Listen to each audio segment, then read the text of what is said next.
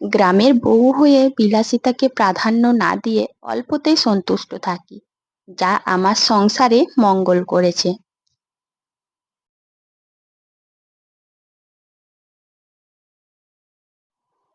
আমার সমস্ত প্রিয় বন্ধুদের জানাচ্ছি সুপ্রভাত।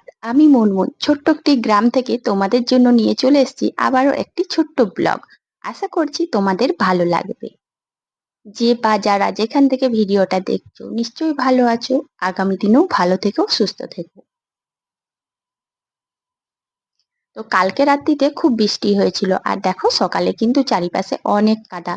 আর এই কাদার মধ্যেই যখন একটু আলো ফুটেছে তখন দেখলাম যে জামা কাপড় মিলে দিই। আর জামা কাপড় মিলার কিছুক্ষণের পরেই মিলে করে আমি বাড়ি আসছিলাম, তখনই দেখি কয়েকটা গরু ঢুকেছে। আর বেশ সুন্দর এই বর্ষাকালের ঘাসগুলো না খুব সতেজ ভাবে অনেক লম্বা লম্বা বড় হয়। তো ওরা কিন্তু ওইগুলোই খেতে এসেছিল। তারপর আমি একটু তাড়িয়ে দিলাম। আর তাড়িয়ে দেবার কারণ হচ্ছে এটাই যে জামা কাপড়ের ওপর হয়ে যদি যায় না তাহলে ওগুলো ছিঁড়ে যেতে পারে। তারপর গরুগুলোকে একটু হিট হিট করতে চলে গেল। ভিডিও শুরু করার আগেই বড়দের জানাই প্রণাম, ছোটদের জন্য রইল অসংখ্য ভালোবাসা। আজকে আমার চ্যানেলে যে সমস্ত বন্ধুরা নতুন আসবে, যদি আমার সঙ্গে জুড়ে থাকতে চাও অবশ্যই একটা লাইক কমেন্ট করে পাশে থাকবে। আর পুরনো বন্ধুদের জানাচ্ছি অনেক ধন্যবাদ, সবাই আমার পাশে আছো। জানি আমার প্রত্যেক দিনই ভিডিওগুলো তোমরা দেখো আর সুন্দর সুন্দর কমেন্ট করো। জানো তো, একজন গ্রামের গৃহবধূর কাছে জানো এটাই সব থেকে বড় পাওয়া, যে সে জীবনে কতটা এগোতে পেরেছে। এটার থেকে বড় পাওয়া যে সে সবার কাছে, এই যে সোশ্যাল মিডিয়া, এখানে না জানা কিছু না বোঝা একটা মেয়ে গ্রামের থেকে একটা আইডি খুলে একটা ভিডিও করছে, বানাচ্ছে ভিডিও তোমাদের জন্য, আর তোমরা সেই ভিডিওতে সুন্দর সুন্দর কমেন্ট করছো। সত্যি বলতে কি, এই কমেন্ট গুলো দেখে না আমার মন ভরে যায়। যেখানে আমি কিছু গুছিয়ে বলতে না পারা একটা মেয়ে গুছিয়ে কাজ বা গুছিয়ে ভিডিও করা কিছুই পারি না, সেখানে যদি তোমাদের কাছে সুন্দর সুন্দর কমেন্ট পাই তাহলে কতই না ভালো লাগে। তো যাই হোক, অনেকক্ষণই কিন্তু বকবক করলাম। দেখো তার মধ্যে কিন্তু আমি জলটা ধরে নিয়েছি, আর কাপড় কাচার কাপড়গুলো ভিজিয়ে দিয়েছিলাম। তবুও জল ধরে যখন জলটা রাখতে গেছি দেখলাম যে কয়েকটা আরো জামা প্যান্ট ছিল। তো সেগুলোও নিয়ে চলে এসেছি। দেখো প্রত্যেক দিনেই না জামা কাপড় এত হয়, যত ভাবি আজ কাচবো না কাল কাচবো না, প্রতিদিনেই হবে। আর যদি যেন রেখে দিই তাহলে কি হবে, পরের দিন তো সেই নিজেকেই কাচতে হবে। আর নিজের হাতে যখন একাকেই কাজ করতে হবে, কারণ আমরা গ্রামের বউ, আর আমাদের বাড়িতে না আছে মেশিন না আছে কাজের মেয়ে, তো সমস্তটা যখন নিজের হাতে নিজে ভালোবেসে দায়িত্ব পালন করব, সেখানে আর কাজ ফেলে রেখে লাভ কি। তাই জানো, সব সময় বিলাসিতাকে প্রাধান্য দেওয়া বা বিলাসিতা ভাবে থাকবো এগুলো মনের মধ্যে আসে না। তাই নিজ দায়িত্বে সংসারের সমস্ত কিছু কাজকর্ম ঠিকঠাক ভাবে গুছিয়ে করার ইচ্ছাটা না প্রবল থাকে। আর সেই জন্য দেখো, যখনই দু চারটে জামা কাপড় হয় প্রতিদিনেই মোটামুটি কেচে নিই। অনেকে ভাবে যে আজ কম আছে কাল কাচবো, কিন্তু আমি না এরকমটা ভাবি না। দু চারটে হোক, জল বর্ষা হোক, যেমনই হোক, আমি কিন্তু সেইভাবেই কাজ করি। কাপড়গুলো কেচে এসে রুমের মধ্যে যখন ঝাড় দিচ্ছিলাম, হঠাৎ দেখলাম ড্রেসিং টেবিলের নিচের দিকে কিছু একটা যাচ্ছিল।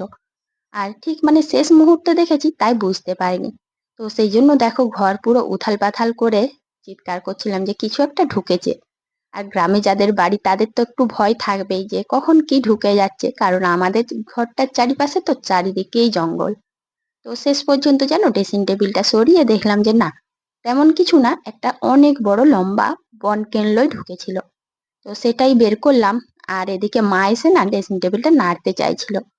আবার মায়ের কোমর ব্যথা, তাই বললাম যে না, এই ভারী ড্রেসিং টেবিলটা আমি একটু একটু করে নাড়িয়ে বের করি। সংসারে যত কাজকর্মই থাক না কেন, আমাদের সংসার কিন্তু সুখের হয় যখন আমরা টাইম মেনটেন করে সংসারের প্রত্যেকটি মানুষের মনকে ভরিয়ে তুলতে পারি, সবার চাহিদা একটু হলেও পূরণ করতে পারি। আর সংসারের সমস্ত কাজের মধ্যে কিন্তু সবথেকে বড় কাজ হলো এটাই, যদি আমরা টাইম করে একটু খেতে পারি। আমাদের যদি পেট ভর্তি থাকে তবেই কিন্তু কাজও করতে পারবো আর সংসারে ভালো মন্দ সবকিছু দেখতে পারবো। এসবের মধ্যে যেন অনেক রকম কাজ করার পর হঠাৎ করে মনে পড়লো যে আজকে জলখাবার কিছু করিনি। তাই চলে এসেছিলাম এই যে মুগ সিদ্ধ করতে। মুগ সিদ্ধও করে নিয়েছি আর বৃষ্টি হয়েছে রাতে অনেক, তবুও কেন জানি না গরমের তো শেষ নেই। এত গরম কদিন ধরে আর মাঝে মধ্যে বৃষ্টি হচ্ছে, তবে অন্যদিকে যেরকম আজ কিন্তু এখনো পর্যন্ত আমাদের দিকে খুব বেশি বৃষ্টি হয়নি। তবে আজকে মনে হচ্ছে বৃষ্টি হতে পারে, কারণ মেঘলা মেঘলা আবহাওয়া। এত সবের মধ্যে কাজকর্ম করতে গিয়ে হঠাৎ করে পাটা ব্যথা করলো, তাই এসে করে বিছানাতে একটু বিশ্রাম নিচ্ছি। তো দেখলাম যে ওই যে কালকে একটা কাঁটা ফুটেছিল, সেটার একটু ব্যথা করছে। তো কি করব, সেটাকে তো নিয়ে ধরে বসে থাকতে পারি না, সংসার জীবন। আর এটাই হচ্ছে আমাদের চলমান জীবন, এখানে তো আমাদেরকে এগোতেই হবে। এই দুটো জিনিস একদম শেষ হয়ে গিয়েছিল। আর হলুদটা শেষ হয়েছিল বলা ভুল হবে, হলুদটা আমি বোধহয় কাল না পরশু বের করেছিলাম। তো হলুদটা কি হয়েছিল বলতো, কৌটোটা এমন ভাবে পড়েছিল মিক্সের থেকে ইঁদুরের জন্য। আর রাত্রেবেলায় পড়েছে, হয়তো কোনোভাবে ঢাকনাটা লাগানো ছিল না বা হালকা ছিল। তো সমস্ত হলুদটাই পড়ে গিয়েছে।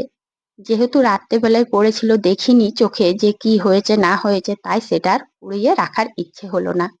তো সমস্ত হলুদটা ফেলে দিয়ে এখন এই যে রান্না করব, তো এই জিনিসগুলো যেগুলো শেষ হয়ে গেছে, লবণ হলুদ এগুলো ভালো করে ঢেলে নিচ্ছি। হয়তো অনেক অনেক ভুসিমাল বাজার, এই যে হলুদ লবণ তেল বাড়িতে আনা থাকে না, কিন্তু কি প্রয়োজনে লাগবে, হঠাৎ করে কোথাও ছুটতে হবে না, সেই রকম সাময়িক জিনিস আমি সবসময় বাড়িতে এনে রাখি। ওই যে কথায় আছে না, বিলাসিতা না, কিন্তু প্রয়োজনটুকু মেটাতে হবে। তো সেই প্রয়োজনে যেন ছোটখাটো সমস্ত জিনিস শেষ হওয়ার আগেই কিন্তু আমি বাড়িতে এনে রাখি।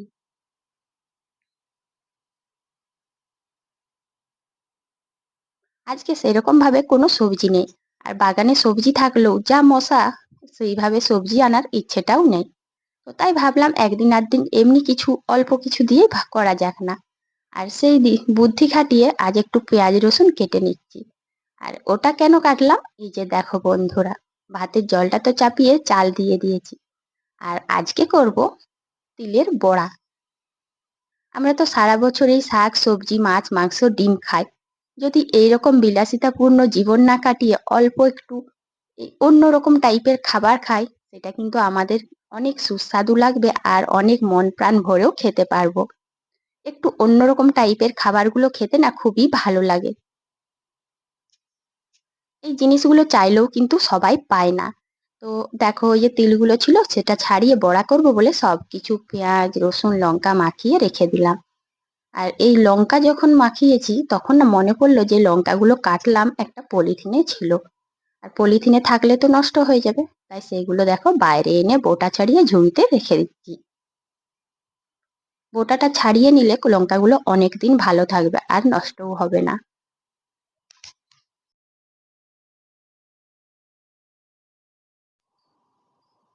এই যে তিলের বড়া করব আজকে, এটা কিন্তু খুব অল্প জিনিস আর অল্প একটা ব্যাপার যে এই তিলের বড়া দিয়ে ভাত খাবো। হ্যাঁ বন্ধুরা, এটা খুবই একটা সামান্য ব্যাপার, কিন্তু এই সামান্য জিনিসটার মধ্যেই কিন্তু এই অল্প ব্যাপারটার মধ্যেই কিন্তু আমরা সন্তুষ্ট থাকি। অনেক সময় দেখা যায় বিশাল মাপের জিনিসের থেকে অল্প মাপের জিনিস নিয়ে যেমন মানুষ খুশি থাকে, সেরকম সংসারের অনেক ক্ষেত্রেই দেখা যায় যে আমরা বিলাসিতা ভাবে না থেকেও যদি নিজেদের প্রয়োজনটুকু মিটিয়ে অল্প কিছুতেই সন্তুষ্ট থাকি, তাহলে আমাদের সংসারে কিন্তু মঙ্গল হয়। আর এই মঙ্গলময় জীবন কে না চাই বলো। তো দেখো এখন আমি এই যে তিলের বড়াগুলো উল্টে দিচ্ছি। এই তিলের বড়া উল্টানোর ব্যাপার একটা তোমাদের সাথে শেয়ার করি, এটা কিন্তু আমি বিয়ের আগে পারতাম না, আর বিয়ের পরে জানো তো সেই ঝুড়ি ঝুড়ি যে ভুজিয়া হয় ঠিক সেরকম করতাম। এই বড়াগুলো উল্টানোর থেকে 1 কেজি মাছ ভাজা অনেক সহজ। তো যাই হোক, এখন কিন্তু এই জটিল ব্যাপারটাও শিখে গেছি। তো যারা তিলের বড়া করো তারা কিন্তু অবশ্যই জানবে যে তিলের বড়া কিন্তু সহজে উল্টানো যায় না।